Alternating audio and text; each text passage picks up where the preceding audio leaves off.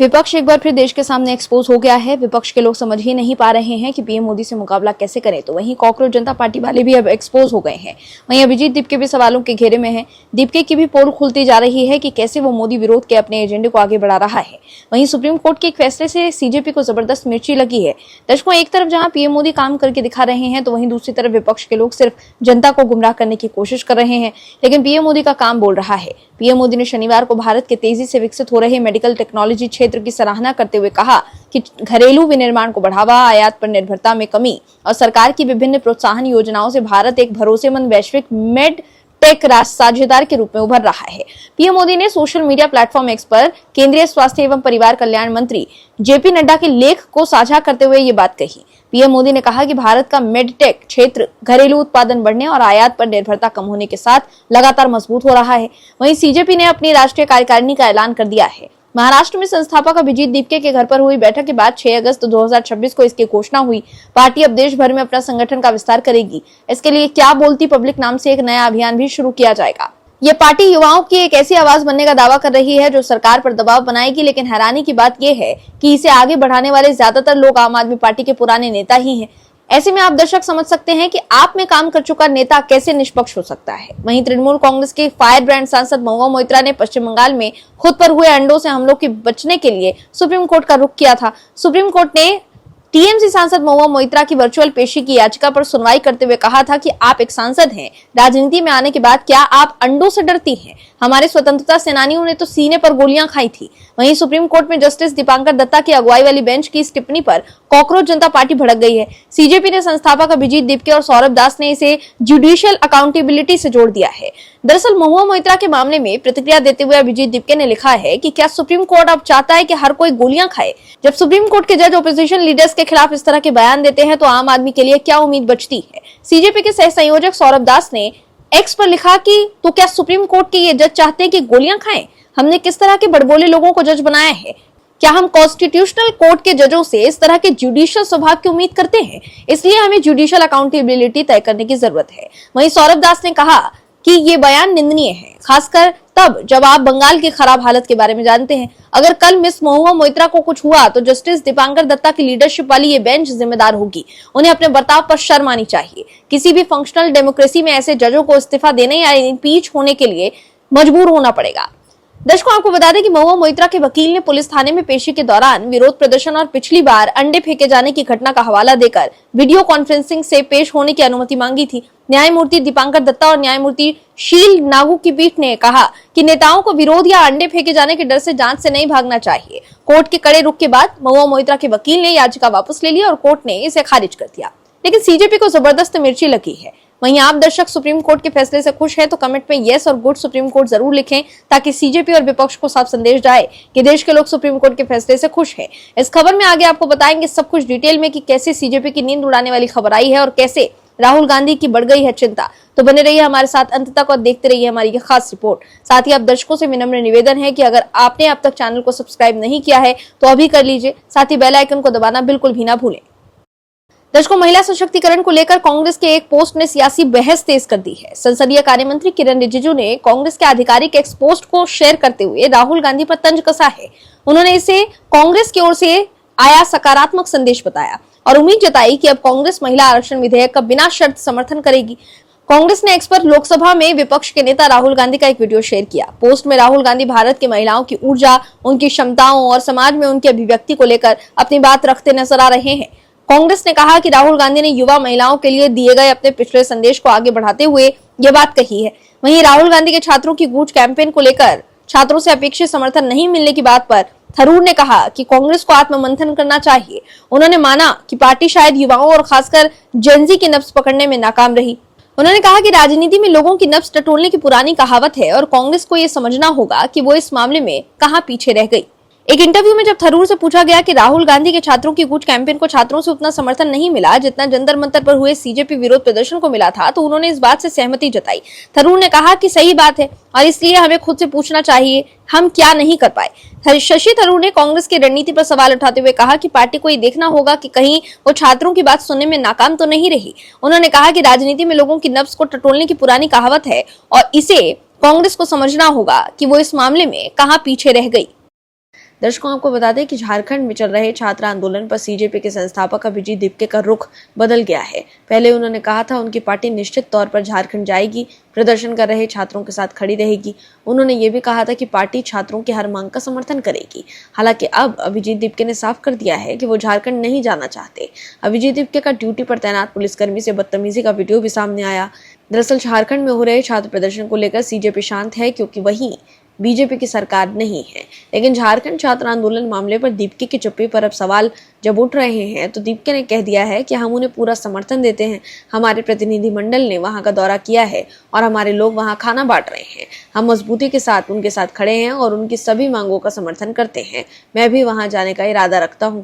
हालांकि अभिजीत दीपके ने तबीयत का हवाला देते हुए बताया था कि वो तुरंत झारखंड जाने में असमर्थ हैं। वहीं इस बीच सोशल मीडिया पर सामने आए एक वीडियो में अभिजीत दीपके ड्यूटी पर तैनात एक पुलिसकर्मी से तीखी बहस और ऊंची आवाज में बात करते हुए दिखाई दे रहे हैं। दरअसल वायरल हो रहे वीडियो में दीपके को पुलिसकर्मी से बदतमीजी करते और आक्रामक अंदाज में बहस करते हुए देखा जा सकता है। वहीं सीबीआई द्वारा नीट यूजी 2026 पेपर लीक मामले में दाखिल चार्जशीट के बाद सीजेपी के प्रवक्ता आशुतोष रांका ने कहा कि नए निकाय में स्थायी कर्मचारी होना चाहिए और हर परीक्षा का उचित ऑडिट किया जाना चाहिए। उन्होंने बताया कि मुझे अभी पता चला है कि सीबीआई ने नीट 2026 मामले में चार्जशीट दाखिल की है, जिसमें कई एनटीए अधिकारी शामिल हैं। सीजेपी ने एनटीए को भंग करने और इसे एक राष्ट्रीय तकनीकी परीक्षण आयोग में बदलने की मांग की है। वहीं मीडिया रिपोर्ट्स की माने तो पुलिस की तरफ से ये बात सामने आई है कि दिल्ली में सीजेपी के आंदोलन में हुए हिंसा को लेकर दिल्ली पुलिस की साइबर और फॉरेंसिक जांच में सामने आया है कि इंटर मीडिया पर भड़काऊ कंटेंट, वीडियो और रील्स को जानबूझकर प्रसारित करने के लिए फर्जी अकाउंट्स और संदिग्ध विदेशी बॉट नेटवर्क का सहारा लिया गया था। सीजेपी आंदोलन के दौरान 20 जुलाई से 23 जुलाई के बीच इंटरनेट मीडिया पर भड़काऊ सामग्री को जानबूझकर व्यवस्थित रूप से प्रमोट किया गया था ताकि हिंसा भड़के। और हालांकि दिल्ली पुलिस ने मेटा, गूगल और एक्स को पत्र लिखकर आईपी एड्रेस और सर्वर्स लॉग्स की जानकारी मांगी है। वहीं पुलिस मुख्यालय सूत्रों के मुताबिक साजिश का पता लगाने के बाद दिल्ली पुलिस सीजेपी के संस्थापक अभिजीत दीपके, प्रवक्ता सौरभ दास और आशुतोष रांका आदि सक्रिय कार्यकर्ताओं को नोटिस भेजकर उनसे पूछताछ कर सकती है। ऐसे में ये कहना गलत नहीं होगा कि दीपके की मुश्किलें बढ़ती जा रही है। बीजेपी में शामिल होने के बाद राघव चड्ढा पर सवाल उठाने वाले लोगों की बोलती बंद हो गई है। राघव चड्ढा ने ऐसा पलटवार किया है जिससे विपक्ष बैकफुट पर नजर आ रहा है। सीजेपी आंदोलन के बाद राघव चड्ढा बीजेपी के लिए गेम चेंजर साबित हो सकते हैं, जो कि अभिजीत दीपके और सीजेपी के लिए किसी झटके से कम नहीं है। दरअसल आपका दामन छोड़कर बीजेपी में शामिल होने वाले राज्यसभा सांसद राघव चड्ढा गुरुवार को अपने पुराने अंदाज में बोलते नजर आए। उन्होंने सदन में डॉक्टरों और डायग्नोस्टिक सेंटर के बीच सांठगांठ का मसला उठाया और कहा कि डॉक्टर जानबूझकर मरीजों को किसी खास डायग्नोस्टिक सेंटर भेजते हैं ताकि उन्हें कमीशन मिल सके, जिसे रेफरल कमीशन कहा जाता है। हालांकि 31 साल की उम्र में दिल्ली के विधायक और 33 साल की आयु में राज्यसभा सांसद बनने वाले आम आदमी पार्टी के पूर्व नेता राघव चड्ढा जल्द ही बड़ी भूमिका में दिख सकते हैं। कहा जा रहा है कि टीवी स्टूडियो से लेकर तमाम मोर्चों पर पोस्टर बुआए रहे राघव चड्ढा की लॉटरी लग सकती है। जेनजी प्रोटेस्ट पर शांत रहे राघव चड्ढा ने जिस तरह से मॉनसून सत्र में अपने आप को पेश किया, उससे बीजेपी नेतृत्व खुश है। वहीं राघव चड्ढा की पीएम मोदी से मुलाकात को बेहद अहम माना जा रहा है। बीजेपी को उम्मीद है कि राघव चड्ढा पंजाब से लेकर दिल्ली और सरकार में गेम चेंजर बन सकते हैं। ऐसे में राघव चड्ढा को पीएम मोदी बड़ी भूमिका दे सकते हैं, क्योंकि राघव चड्ढा के डेकोरम और स्पीच से बीजेपी खुश है। क्योंकि राघव चड्ढा सेलिब्रिटी कनेक्ट के साथ जेनजी के फेमस चेहरा है। क्योंकि जिस जेनजी के सहारे अभिजीत दीपके मोदी सरकार पर दबाव बनाने की कोशिश कर रहे हैं, उस जेनजी को बीजेपी राघव चड्ढा के जरिए साधने की कोशिश करेगी। वहीं राहुल गांधी को भी जेनजी के मुद्दे पर बड़ा झटका लग सकता है। राघव चड्ढा जेनजी के बीच अच्छा कनेक्ट रखते हैं, वो सिस्टम में सुधार की बात करते हैं।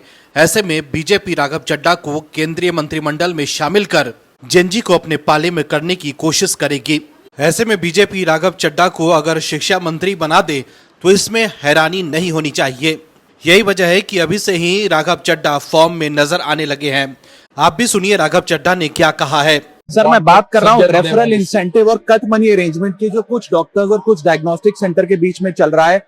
और ये एक इनफॉर्मल अरेंजमेंट बन चुका है। आपको ट्रीट करने के लिए नहीं, आपको रेफर करने के लिए सिर्फ डॉक्टर की जेब में 3,000 रुपए डाला जाता है। सेट कमीशन रेट है, डेडिकेटेड एजेंट है, एक पैरेलल इंसेंटिव इकोनॉमी है सर। सोफिस्टिकेटेड भाषा में इसे डॉक्टर का रेफरल कमीशन और डायग्नोस्टिक सेंटर के खातों में इसे मार्केटिंग एक्सपेंस के तौर पे लिखा जाता है।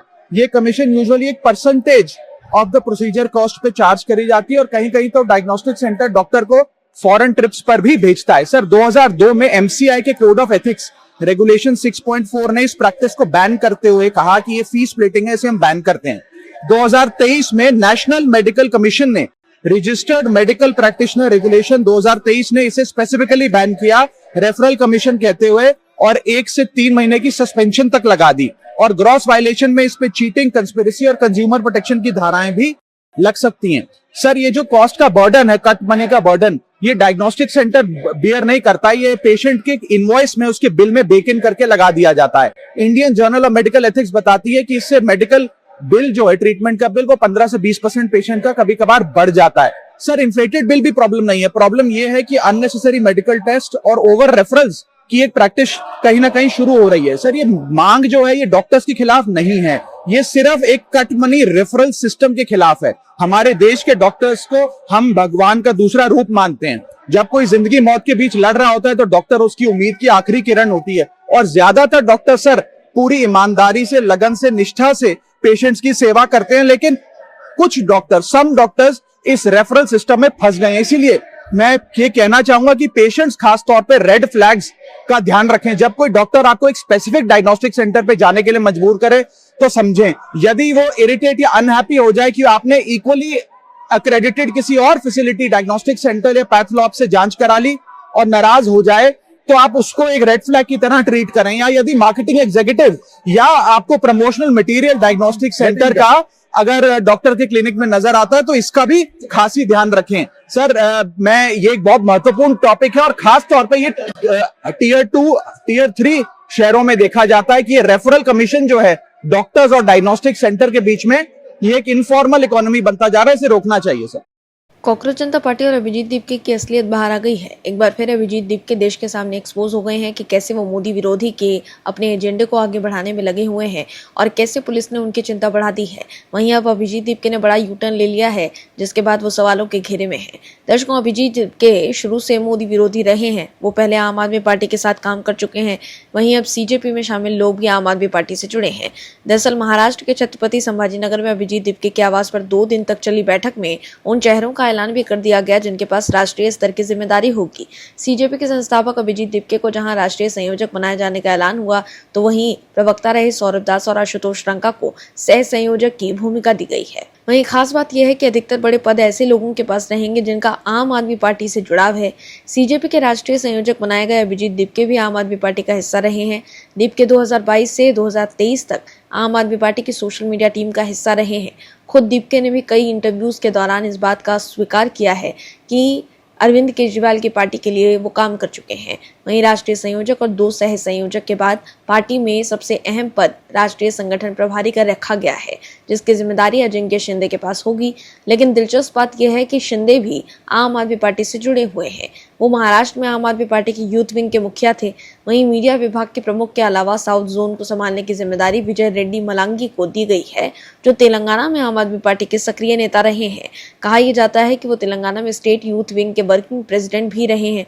सह संयोजक और सीजेपी आंदोलन के प्रमुख चेहरे के रूप में उभरे सौरभ दास भले ही आम आदमी पार्टी के सदस्य नहीं हैं, लेकिन वो अरविंद केजरीवाल की पार्टी का समय समय पर समर्थन करते रहे हैं। अब जस्टिस स्वर्णकांता के खिलाफ अरविंद केजरीवाल और उनकी पार्टी ने मोर्चा खोल दिया है, तो सौरभ दास भी उनके साथ थे।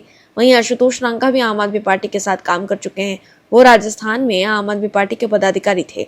ऐसे में साफ है कि सीजेपी के लोग शुरू से ही मोदी विरोधी रहे हैं, जो कि हर मुद्दे पर बीजेपी के खिलाफ ही रहेंगे। यही वजह है कि पंजाब मामले पर सीजेपी के लोगों की बोलती बंद हो रही थी और इसीलिए सीजेपी पर आम आदमी पार्टी का बी टीम होने का आरोप लगा है। आप दर्शकों से विनम्र निवेदन है कि चैनल को सब्सक्राइब जरूर करें